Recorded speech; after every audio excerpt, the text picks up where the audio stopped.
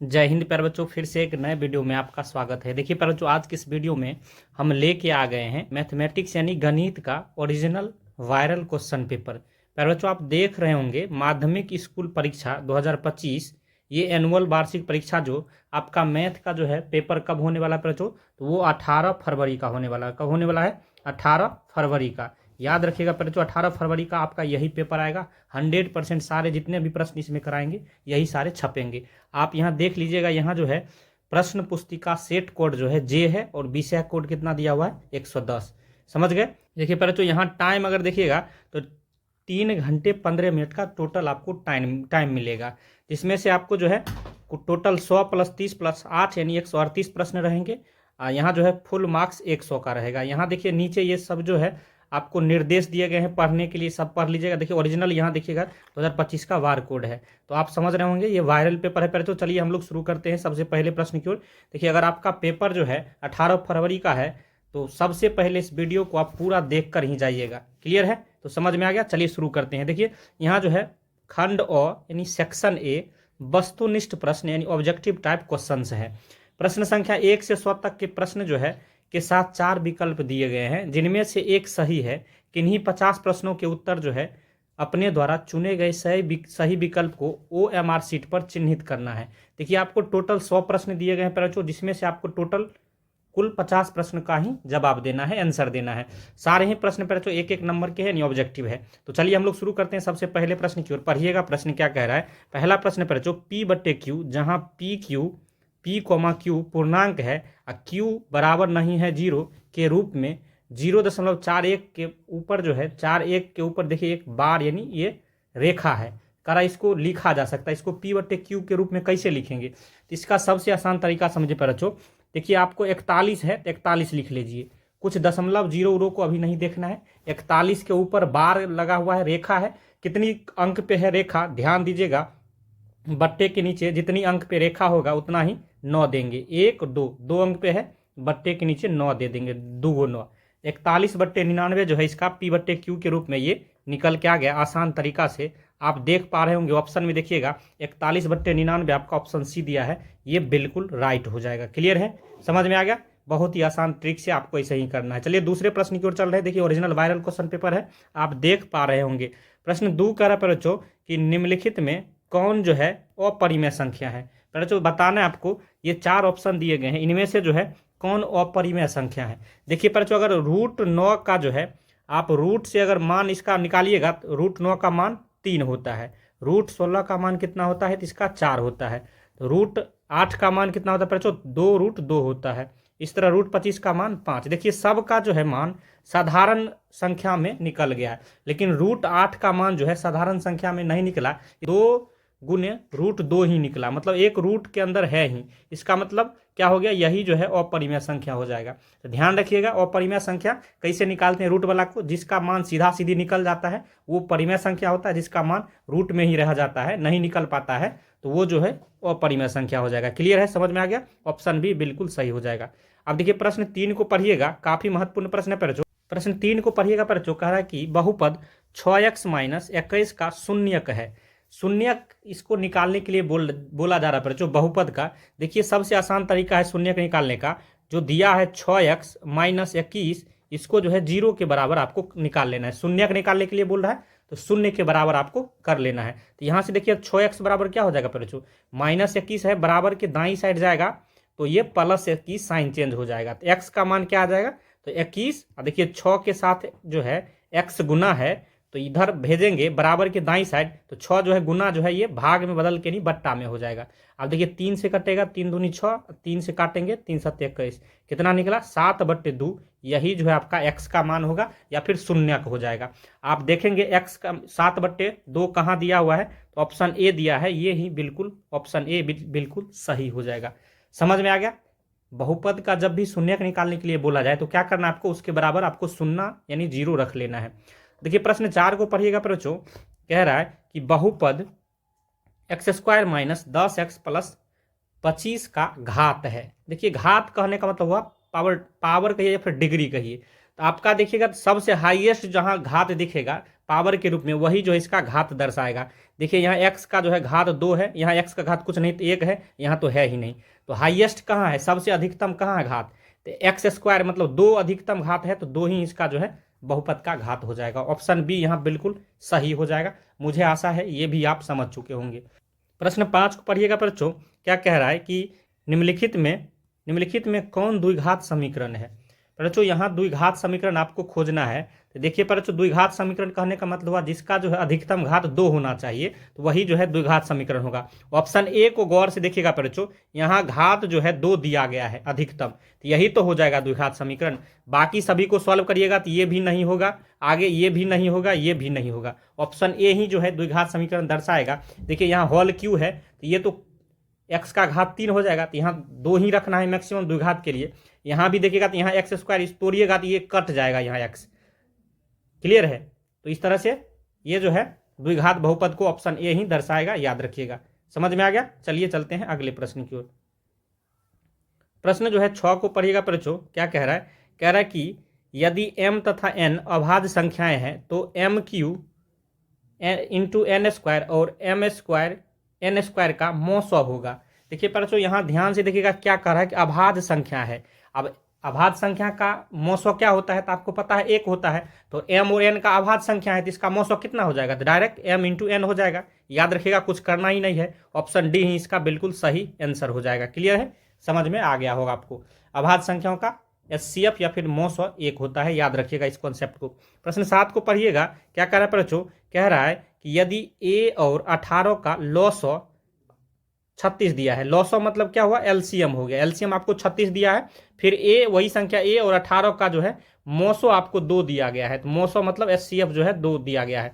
अब a का मान पूछ रहा है, तो देखिए एक फॉर्मूला आपको आता होगा बच्चों, एलसीएम गुने एचसीएफ बराबर क्या होता है, first number into second number, मतलब पहली संख्या गुने दूसरी संख्या। तो यहाँ a और दूसरी संख्या क्या है 18। ध्यान रखिएगा a और 18 का लॉसौ दिया है, फिर a और 18 का मौसौ दिया है, मतलब एक संख्या a है और दूसरा संख्या 18 है। तो इसका आपको जो है आपको a का मान पूछा जा रहा है। तो एलसीएम का देखिए यहाँ क्या है 36 गुने यहाँ मौसौ कितना दिया हुआ है 2, तो ये जो है बराबर क्या हो जाएगा a गुने 18। अब देखिए a का मान क्या हो जाएगा, यहाँ गुना में 18 है, अगर बराबर के बाईं साइड ये लाएंगे तो ये गुना जो है बट्टे यानी भाग में हो जाएगा। अब काट लेंगे 18 दूनी 36। अब देखिए 2 गुने 2 4 जो है इसका बिल्कुल सही जवाब हो जाएगा। देखिएगा तो यहाँ जो है ऑप्शन बी दिया है, ये बिल्कुल राइट हो जाएगा 4, ए का मान। समझ में आ गया। अब चलिए हम इसी तरह चलते हैं अगले प्रश्न की ओर। प्रश्न 9 को पढ़िएगा बच्चों, काफी महत्वपूर्ण प्रश्न है। कह रहा है कि दो संख्याओं 2 + √3 तथा 2 - √3 का गुणनफल जो है एक क्या होगा। ऑप्शन ए कह रहा है कि परिमेय संख्या होगा कि अपरिमेय संख्या होगा, कि ए या बी होगा, मतलब परिमेय होगा या फिर अपरिमेय होगा, और ऑप्शन डी कह रहा है इनमें से कोई नहीं। तो प्यारे बच्चों क्या कह रहा है, इस दोनों का गुणनफल कह रहा है, दोनों का गुना करना है। तो देखिए क्या होता है, ये जो है 2 + √3, आइए गुना करने के लिए कह रहा है कहाँ से, 2 - √3 से। अब एक कॉन्सेप्ट आप याद रखिए बच्चों, ध्यान से देखिएगा, अगर इसको हम ए मानते हैं और इसको बी मानते हैं, ये भी ए हो जाएगा और ये बी हो जाएगा।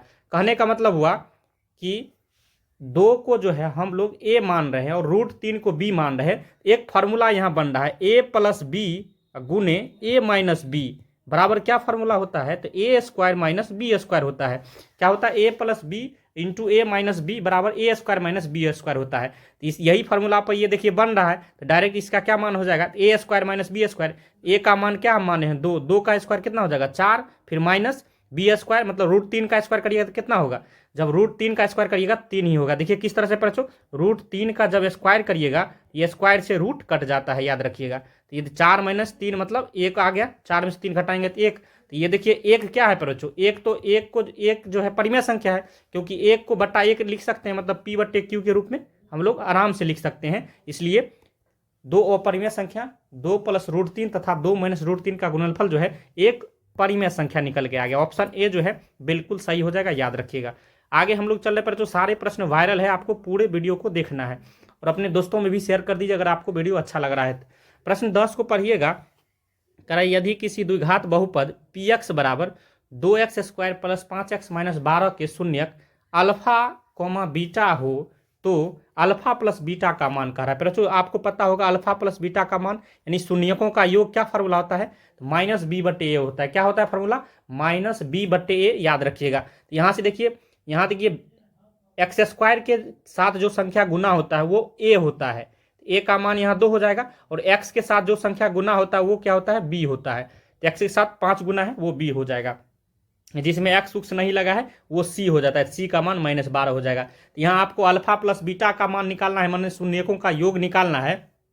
तो माइनस बी बटे, तो बी का मान कितना है 5, माइनस फार्मूला में है तो -5, अब बट्टे क्या हो जाएगा ए का मान 2 है, तो -5 बट्टे 2 देखिएगा ऑप्शन में कहाँ दिया है, तो ऑप्शन बी में देखिएगा तो -5 बट्टे 2 दिया है, यही जो है बिल्कुल सही हो जाएगा, ऑप्शन बी आपको लगा देना है। पर जो समझ में आ रहा है आपको, बिल्कुल आ रहा होगा, क्योंकि मैं बहुत ही आपको आसान तरीका से हर चीज़ को जो है पूरा कॉन्सेप्ट के साथ समझा रहा हूँ। प्रश्न 11 को पढ़िएगा, कह रहा है कि यदि अल्फा बीटा बहुपद x square plus 4x plus 1 के शून्यक है। देखिए पर बच्चों सबसे पहले इसी को जो है आप आसान कर लीजिए। देखिए इसका जो है आपको क्या करना है, अल्फा और बीटा का एलसीएम ले लीजिए, तो लॉस ऑफ क्या हो जाएगा, अल्फा इंटू बीटा होगा, अल्फा गुने बीटा होगा है।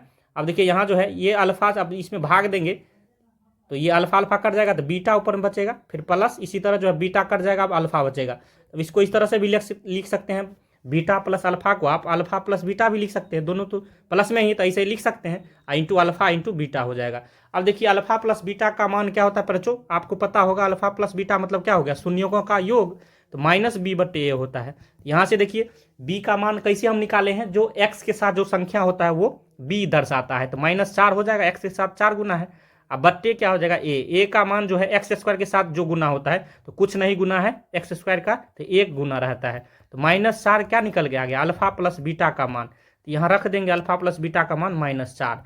अब इसी तरह अल्फा इंटू बीटा निकाल लेना है, पहले जो अल्फा इंटू बीटा मतलब शून्यकों का गुणनफल, तो शून्यकों का गुणनफल का क्या फॉर्मूला होता है, सी बट्टे ए होता है। तो सी का मान यहाँ क्या है पहले जो देखिए, यहाँ 1 जो है सी का मान है, और फिर बट्टा ए का मान जो है यहाँ 1 जो है, 1 बट्टे 1 मतलब 1 ही होगा, तो -4 बट्टे यहाँ अल्फा इंटू बीटा का मान क्या आया, 1 आया, तो -4 बट्टे 1 मतलब -4 ही होगा। तो ऑप्शन देखिएगा तो सी जो है बिल्कुल सही हो जाएगा, -4 दिया हुआ है। मुझे आशा है ये भी प्रश्न आप जो है बहुत ही आसान तरीका से समझ चुके होंगे। अब देखिए आगे हम लोग चल रहे हैं जो प्रश्न 12 की ओर, सारे प्रश्न को करने वाले हैं, वीडियो थोड़ा लंबा होगा लेकिन पर जो एक एक कॉन्सेप्ट आपको जो है समझ में आएगा। प्रश्न 12 को पढ़िएगा, यदि समीकरण ये दिया हुआ है कि के x square plus 6x plus 9 के बराबर 0 के मूलों का योग और गुणनफल समान है, ध्यान रखिएगा, कह रहा है कि इसका जो मूल है उसका योग और गुणनफल समान है, तब के का मान आपसे पूछा जा रहा है। पर जो मूलों का योग का क्या फॉर्मूला होता है, तो आपको पता होगा अल्फा प्लस बीटा होता है, बराबर -b बटे ए होता है, ये ना होता है। गुणनफल क्या होता है, अल्फा इंटू बीटा मतलब गुणनफल होता है सी बटे ए होता है। तो यही कह रहा है कि -b बटे ए और सी बटे ए ये दोनों बराबर है। पहले तो यहाँ जो है अल्फा प्लस बीटा का मान इस समीकरण में निकालिएगा तो -b बटे, तो b का मान क्या होता है, x के साथ जो गुना होता है, तो यहाँ जो है -6 बट्टे 1, a का मान क्या हो जाएगा यहाँ एक्स स्क्वायर के साथ जो गुना होता है, तो -6 बट्टे के, ये किसके बराबर होगा, अल्फा इंटू बीटा यानी c बट्टे ए के। तो c का यहाँ मान क्या हो जाएगा, यहाँ c का मान 9 के है, अब बट्टे क्या हो जाएगा, a का मान जो है k है, तो यहाँ देखिए के कट जाएगा, तो यहाँ से -6 बट्टे के बराबर क्या हो गया 9। अब देखिए पर बच्चों यहाँ से जो है बट्टा 1 कर सकते हैं, अब यहाँ से जो है तिरछा गुना या क्रॉस मल्टीप्लाई इस तरह से कर सकते हैं, तो 9 के बराबर क्या हो जाएगा -6, 6 को -6 को 1 से गुना करेंगे तो -6 होगा, तो के का मान क्या हो जाएगा, तो -6 बट्टे 9। अब देखिए कितना से कटेगा, 3 से कटेगा, 3 दूनी 6, 3 तिया 9, क्या निकला -2 बट्टे 3 निकल के आ गया के का मान। यही तो आपको निकालना था, के का मान कितना निकला -2 बट्टे 3। ध्यान दीजिएगा -2 बट्टे 3 आपको ऑप्शन बी दिया है, ऑप्शन बी बिल्कुल सही हो जाएगा। समझ में आ गया। चलिए इसी तरह आगे हम लोग कर रहे हैं प्रश्न 13 की ओर। प्रश्न को यहाँ पढ़िएगा जरा बच्चों, कह रहा है कि x बराबर 1 है तो दोनों समीकरण X square plus X plus A बराबर 0 और दूसरा समीकरण है B X square plus B X plus 3 बराबर 0 के मूल हो x का मान, मतलब समझिए प्रश्न को, ये दोनों समीकरण जो दिया है, ये समीकरण और ये समीकरण और ये समीकरण दोनों का जो है मूल का मान x बराबर 1 दिया हुआ है, तो वही आपको क्या पूछा जा रहा है, a गुने b का मान पूछा जा रहा है। तो क्या करेंगे पहले तो इसका सबसे आसान तरीका जानते हैं क्या है, यहाँ जो है x के जगह 1 है ना, दोनों समीकरण में x के जगह 1 रख लेंगे। पहला वाला में अगर रखिएगा तो 1 का स्क्वायर कितना होगा, 1 होगा, फिर प्लस 1, फिर प्लस a बराबर 0 होगा। ए का मान यहाँ क्या हो जाएगा बच्चों, देखिएगा तो यहाँ 2 + ए हुआ था बराबर 0, तो ए का मान जो है क्या हो जाएगा, 2 को जो है बराबर के दाईं साइड भेजेंगे, ये प्लस में है तो क्या किस में बदल जाएगा, तो माइनस में, तो ए का मान यहाँ क्या निकल गया, -2। ध्यान रखिएगा। अब इस समीकरण में भी एक्स का मान रखिए, तो 1 का स्क्वायर करिएगा तो 1 को बी से गुना करिएगा तो बी ए होगा, है। फिर प्लस b इंटू 1, एक्स की जगह 1 रखेंगे तो b में 1 से गुना करेंगे तो b ए ना होगा, फिर +3 बराबर 0। तो यहाँ से देखिए तो b और ये फिर b, ये भी b न है, तो b + b 2b, अब +3 बराबर क्या हो गया 0।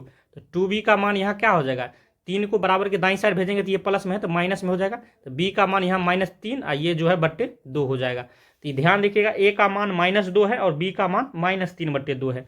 क्या पूछा जा रहा है आपसे, a इंटू बी, मतलब a गुने b का मान पूछा जा रहा है, मतलब a का मान क्या है -2 और गुने b का मान -3/2। तो देखिए यहाँ माइनस और माइनस गुना होकर प्लस हो जाएगा, 2 कट जाएगा, तो 3 जो है इसका बिल्कुल सही माना जाएगा। देखेंगे तो ऑप्शन बी जो दिया है यही जो है इसका बिल्कुल सही हो जाएगा। मुझे आशा है ये भी प्रश्न आप समझ चुके होंगे। चलिए फटाफट जो है, अगर वीडियो पसंद रहा तो लाइक जरूर कर दीजिए। देखिए प्रश्न 14 को पढ़िएगा, क्या दिया हुआ है कि यदि 2 पर पावर x + y बराबर 2 पर पावर x - y बराबर 2 पर पावर 3/2, तो y का मान आपसे पूछा जा रहा है। बच्चों एक कॉन्सेप्ट आप याद रखिएगा, जब भी बेस सेम हो तो पावर जुड़ जाता है। जैसे मान लीजिए a है, इसके पावर b है, फिर बराबर अगर है, अब मान लीजिए b यहाँ, तो फिर मान लीजिए a है और यहाँ पावर अगर c है, देखिए ये नीचे देखिए बेस बराबर है तो ऊपर वाला भी बराबर होता है, b/c हो जाता है। यही कॉन्सेप्ट यहाँ लगेगा। देखिए 2 यहाँ भी है, 2 यहाँ भी है, 2 यहाँ भी है, तो मतलब इसका बेस सेम है, बराबर है, इसका मतलब ऊपर पावर भी जो है बराबर हो जाएगा। एक बार क्या करेंगे बच्चों, x प्लस, देखिए यहाँ का पावर देखिएगा तो x प्लस, यहाँ x + 1 है, x + y, sorry x + y का मान क्या रखेंगे, 3/2 हो जाएगा। इसी तरह इसका भी अब बराबर कर लेंगे, यहाँ भी देखिएगा तो x - y बराबर क्या हो जाएगा, ये 3/2। ये समीकरण फर्स्ट है, ये समीकरण सेकेंड है। अब यहाँ से आपको मान निकाल लेना है बच्चों, किसका मान आपको चाहिए, y का मान। तो देखिएगा यहाँ जो है ये प्लस में है, ये माइनस कर लेंगे, ये माइनस है तो प्लस है, साइन चेंज कर देंगे, ये कुछ नहीं प्लस है तो ये माइनस हो जाएगा, तो यहाँ से प्लस माइनस कट जाएगा, तो 2y का मान कितना निकला, 2y का मान जो है ये देखिए, ये इसको भी अगर घटाएंगे 3/2 में से 3/2 जाएगा तो ये भी तो कट के 0 हो जाएगा, इसलिए y का मान भी जो है 0 निकल के आ गया। तो y का मान यहाँ देखेंगे तो ऑप्शन सी जो दिया है 0 बिल्कुल सही हो जाएगा। समझ में आ गया आपको, समझ में आ गया। अब देखिए प्रश्न 15 की ओर हम लोग चल रहे हैं, पढ़िएगा बच्चों। क्या कह रहा है कि cos थीटा गुने कोसेक थीटा का मान क्या होगा।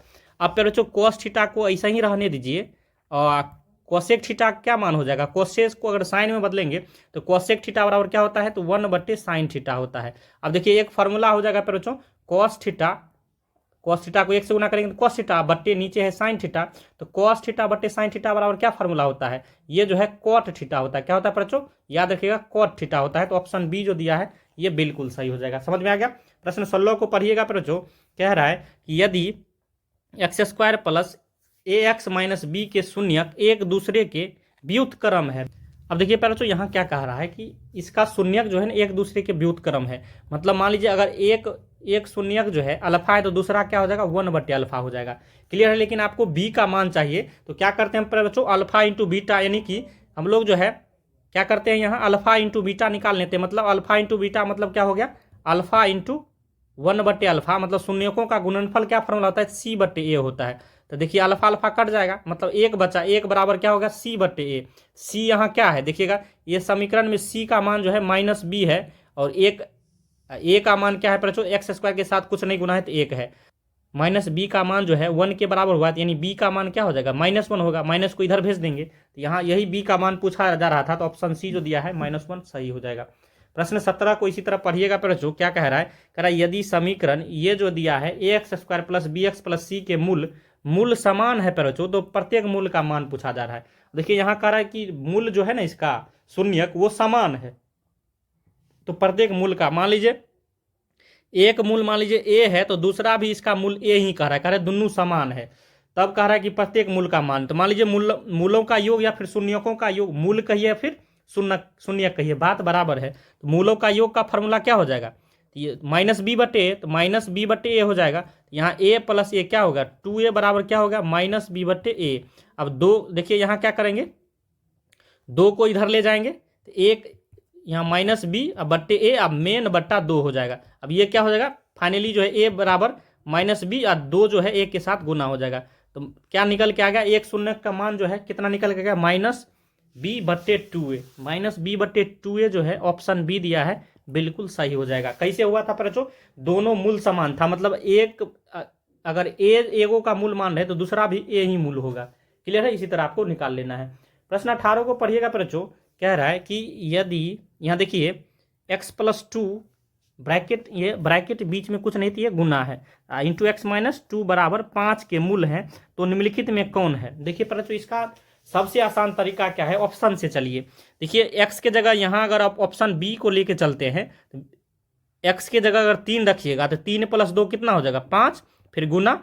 x के जगह 3 रखिएगा तो 3 में से 2, 3 में से 2 जाएगा तो 1 बचेगा, यानी 5 × 1 = 5। देखिए जब x का मान अगर इधर रखिएगा और ये राइट जो RHS दिया इसके बराबर हो जाएगा, तो समझिए वही इसका मूल्य हो जाएगा। तो 3 तो एक वेरीफाई हो गया, एक और -3 है उसको भी रख के देखेंगे। तो देखिएगा यहाँ -3 रखिएगा तो -3 +2 फिर गुना -3 -2, 5 के बराबर आना चाहिए। तो -3 में से ना अगर -3 +2 कितना हो जाएगा, -1 होगा, फिर गुना -3 -2 -5 होगा, फिर -1 और -5, ये माइनस माइनस कट जाएगा, प्लस हो जाएगा। तो ये 5 देखिए 5 के बराबर हो गया, यानी कि इसका जो आंसर होगा ना ऑप्शन बी ही हो जाएगा।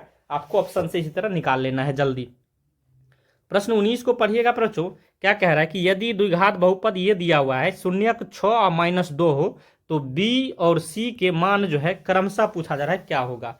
पर बच्चों ध्यान से देखिएगा, शून्य क्या दिया हुआ है, -6 और -2 दिया है, तब आपको बी और सी के मान पूछा जा रहा है। देखिए एक बात देखिए, शून्यकों का सबसे पहले आप योग का फॉर्मूला बताइए। शून्यकों का योग करेंगे तो ये 1 शून्य 6 हो जाएगा और फिर प्लस -2, ये शून्यकों का योग हो गया। लेकिन फार्मूला में क्या होता है, तो -b/a होता है। क्या होता है बच्चों, -b, यहाँ जो है x के साथ जो संख्या गुना में होता है वो b हो जाएगा, x² के साथ जो गुना में है 1 हो, मतलब वो a का मान दर्शाता है। तो -b/a है, a के जगह क्या होगा, कुछ नहीं है तो 1 है। तो यहाँ से देखिएगा तो 6 + माइनस बराबर -b, तो 6 में से 2 जाएगा तो 4, -b का मान 4 आ गया, या फिर इसी को b बराबर आप माइनस को उस साइड भेजेंगे तो -4 हो जाएगा। b का मान क्या निकल के आ गया, -4 आ गया। अब देखिए इसके बाद c का मान निकालना है, तो क्या करेंगे हम लोग, शून्यकों का गुणनफल कर देंगे, मतलब 6 गुने -2 करेंगे, तो शून्यकों का गुणनफल क्या होता है, c/a। c का मान यहाँ देखिए c है और /a का मान 1 है, तो 6 को फिर -2 से गुणा करेंगे तो -12 का मान जो है c/a यानी c ही हो जाएगा। c का मान -12 है और b का मान -4 है, देखेंगे तो देखिए -4 और -12, देखिएगा ऑप्शन डी दिया है। पहले b का मान -4 है, फिर c का मान -12 है, तो ऑप्शन डी ही इसका बिल्कुल सही जवाब हो जाएगा। समझ में आ गया। प्रश्न 20 को पढ़िएगा, क्या कह रहा है कि निम्नलिखित में कौन जो है रैखिक बहुपद है। अब आपको बच्चों रैखिक बहुपद यहाँ से जो है ढूंढना है, तो ऑप्शन ए को गौर से देखिएगा। ये जो है रैखिक बहुपद कहने का मतलब हुआ जिसका जो है मैक्सिमम घात अधिकतम घात जो है ना 1 होना चाहिए। यहाँ देखिएगा तो यहाँ मैक्सिमम घात x का 1 ही है, यही जो है रैखिक बहुपद हो जाएगा। इस सब को अगर सॉल्व करिएगा तो ये देखिए इसका 2 घात बनेगा, ये भी देखिए यहाँ 2 घात है, ये भी 2 घात है। क्लियर है, तो ये जो है ऑप्शन ए ही बिल्कुल सही हो जाएगा। प्रश्न 21 को देखिएगा, क्या कह रहा है, कह रहा है कि एक त्रिघात बहुपद के शून्यकों की अधिकतम संख्या है। अब त्रिघात बहुपद जब पूछेगा, उसका अधिकतम संख्या पूछेगा, तो याद रखिएगा उसका 3 जो है त्रिघात बहुपद मतलब 3 त्रि लगा हुआ है, तो मान लीजिए त्रिघात बहुपद का अधिकतम शून्यकों की संख्या 3 ही हो सकता है। समझ में आ गया, समझ में आ गया होगा। प्रश्न 22 को पढ़िएगा, ये दिया हुआ है, कह रहा है शून्यकों का योग। देखिएगा यहाँ पर जो क्या है, घात के रूप में 3 है, तो ये त्रिघात बहुपद है। अब त्रिघात बहुपद है तो आप कहिएगा सर कैसे ये बनेगा, इसका शून्यकों का योग कैसे निकलेगा। तो बहुत ही आसान तरीका है, त्रिघात बहुपद का शून्यकों का योग क्या होता है बच्चों, याद रखिएगा इसका भी -b/a होता है। सिर्फ ध्यान देने वाली बात है, यहाँ -b जो यहाँ b का मान जो है m² के साथ जो संख्या गुना होता है वही यहाँ b दर्शाता है। ध्यान रखिएगा, जहाँ जो है वहाँ जो है द्विघात बहुपद रहता है तो वहाँ जो है b का मान x वाला गुना, जो x के साथ जो संख्या गुना रहता है वो दर्शाता है। जब त्रिघात बहुपद आ जाएगा तो वहाँ जो है b का मान दर्शाएगा जो m मतलब स्क्वायर के रूप में होगा। तो यहाँ जो है -b का मान जो है, यहाँ देखिएगा तो -3 है, तो -b फार्मूला में है, आप यहाँ भी -3 है, तो ये इस तरह से लिखेंगे। बटे a का मान जो है m³ वाला जो होगा, जो त्रिघात बहुपद है वो दर्शाता है। तो यहाँ कुछ नहीं है तो 1 है, तो माइनस इंटू माइनस 3/1 3 हो गया। तो यहाँ देखेंगे तो ऑप्शन सी दिया है, बिल्कुल सही हो जाएगा। समझ में आ गया होगा आपको त्रिघात बहुपद का शून्यकों का योग। देखिए प्रश्न 23 को पढ़िएगा बच्चों। क्या कह रहा है कि bx² प्लस bx प्लस सी का विवेचक निकालना है। विवेचक का क्या फॉर्मूला होता है आपको याद होगा बच्चों, b² माइनस 4ac क्या होता है, b² minus 4ac। Option A दिया है, बिल्कुल सही हो जाएगा। अब देखिए यहाँ प्रश्न 24 को पढ़िएगा। x माइनस वाई बराबर 2 दिया है और x प्लस वाई बराबर 10 दिया है, तब x और y का मान पूछा जा रहा है।